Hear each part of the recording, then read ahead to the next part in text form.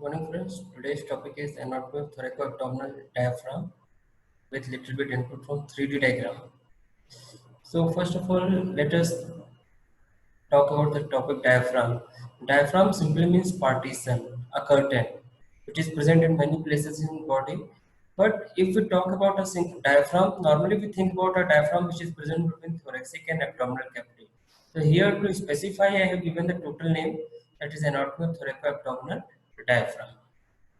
So the diaphragm is a curved musculofibrous sheet that separates the thoracic cavity from the abdominal cavity. It's mainly convex upward, faces the thorax, and concave inferiorly directed towards the abdomen.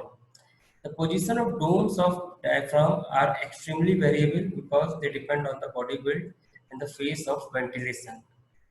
In the supine position, the diaphragm will be higher than in erect position, and when the body is lying on one side, the dependent half of the diaphragm will be considerably higher than the uppermost one.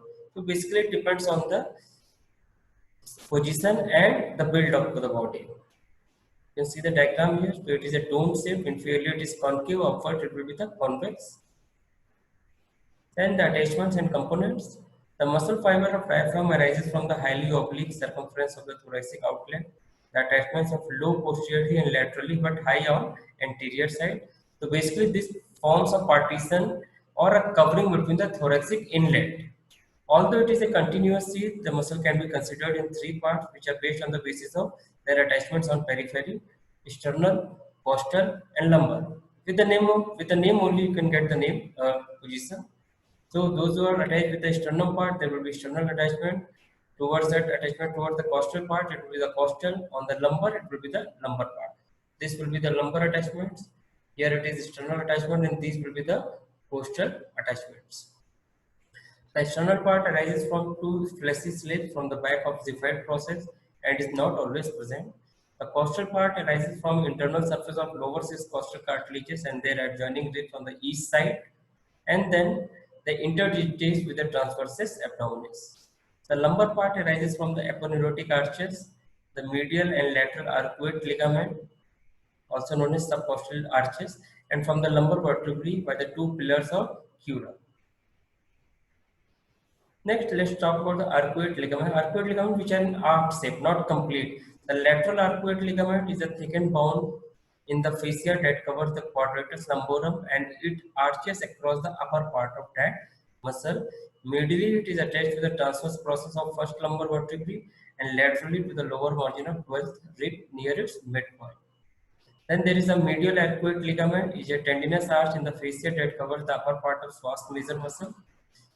Basically, they both the muscle quadratus lumborum and psoas major are actually the muscle of posterior abdominal wall. Medially, it is continuous with the lateral tendinous margin of the corresponding crus and is thus attached to the side of body of the first or second lumbar vertebrae.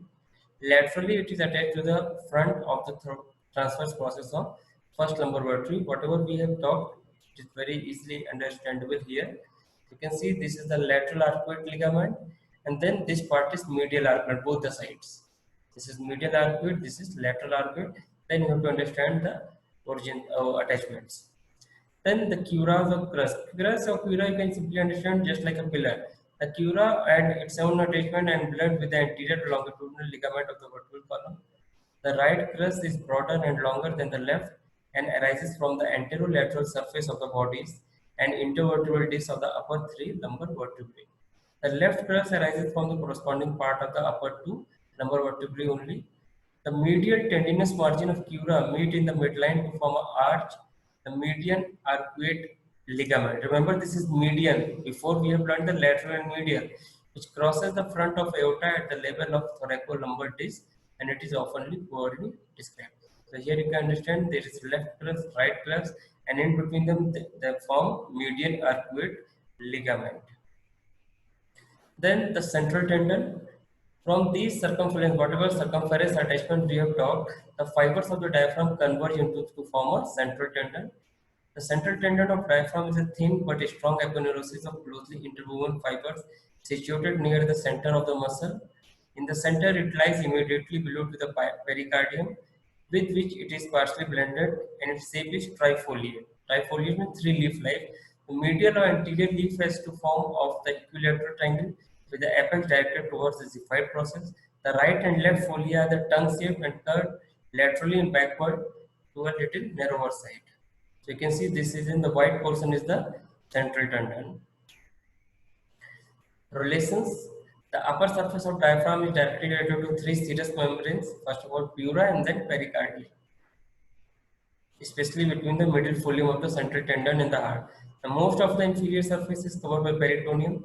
The right side is accurately molded over the convex surface of right lobe of liver, the right kidney and the right suprarenal gland. The left side conforms to the left lobe of the liver, the fundus of the stomach, spleen, left kidney and the left suprarenal gland. So these are the certain parts of the organs also which we are going to learn afterwards. So this is the central tendon you can see, and pericardium, left gastromesophagus. This is from the upper side, esophagus, veins, esophagus, all the things are present here. Then the most important question which is asked, the apertures and their content. So basically there are three large apertures for aorta, esophagus and inferior vena cava and a number of small ones. Simply we can remember just like this, vena cava is at the 8th number, esophagus is at the thoracic 10 and aortic is at the thoracic 12. O for esophagus 100 equal to 10. Like this we can simply remember. The aortic aperture is the lowest and the most posterior of the large opening found at the lower border of 12th thoracic vertebrae. It is an osteoaponeurotic opening defined by diaphragmatic ura laterally, vertebral column posteriorly and diaphragm anteriorly. The aortic opening transfers aorta, of course, and also the thoracic duct, lymphatic trunks from the lower posterior thoracic wall, and sometimes the azygous and hemiazygous veins. So these are the diagrams. You can see the cable openings are shown here, and how we have to understand it on the both the view when the person is erect and when the person is going to be supine. Both the diagrams are here. The esophageal aperture is located at the level of 10th thoracic vertebrae. It transmits esophagus, gastric nerve, esophageal branches of left gastric vessels, and some lymphatic vessels. Then comes the vena cava opening or aperture. It is the highest of the three at the level of disc between the 8th and 9th thoracic vertebrae. It is traversed by IVC, which adheres to the margins of opening, and by some branches of right phrenic nerve. Then there are two small lesser apertures are present on the each crus. One transmits the greater and another transmits the lesser splanchnic nerve. Many minute openings are present in the central tendon for the veins. Then comes the vascular supply.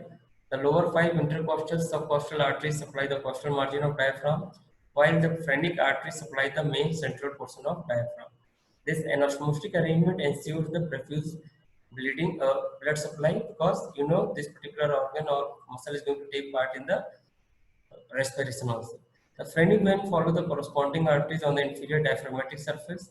The right phrenic vein ends into the inferior vena cava. The left phrenic vein, often double, one branch ends in the left renal or suprarenal vein, and the other passes anterior to the esophageal opening to join the IVC.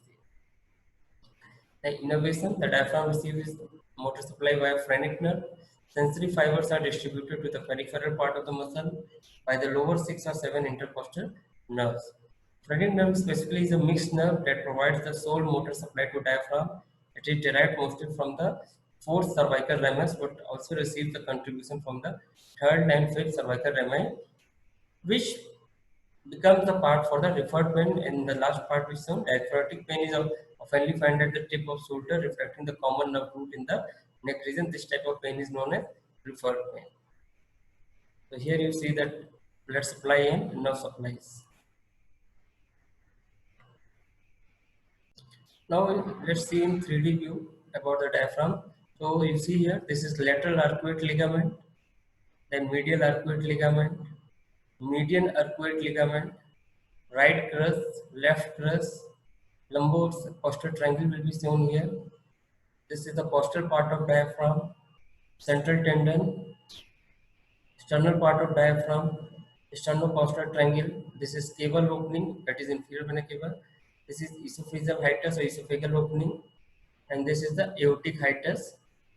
This is the view from the this particular side. If posteriorly you want to see this, here you can see there are the costals and the vertebrae which they are. So here also you can see this is the costal part of diaphragm, and this is lateral arcuate ligament.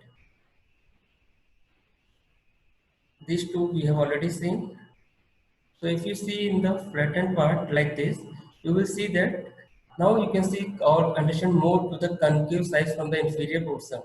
This is the concave side from the inferior portion, and if you see from the top, so this is the convex side from the superior portion. So above to it there is the thoracic cavity, and below to this there is the abdominal cavity. This is whole of the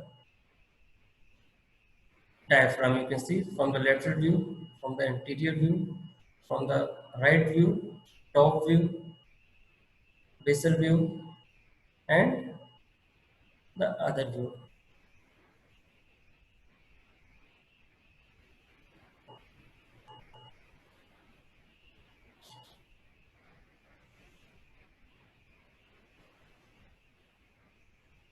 So now we have understood that particularly diaphragm is an organ which is just like a curtain. It has certain specific attachments so that it is going to work as the muscle for the inspiration as well as expiration. So that's all from this side.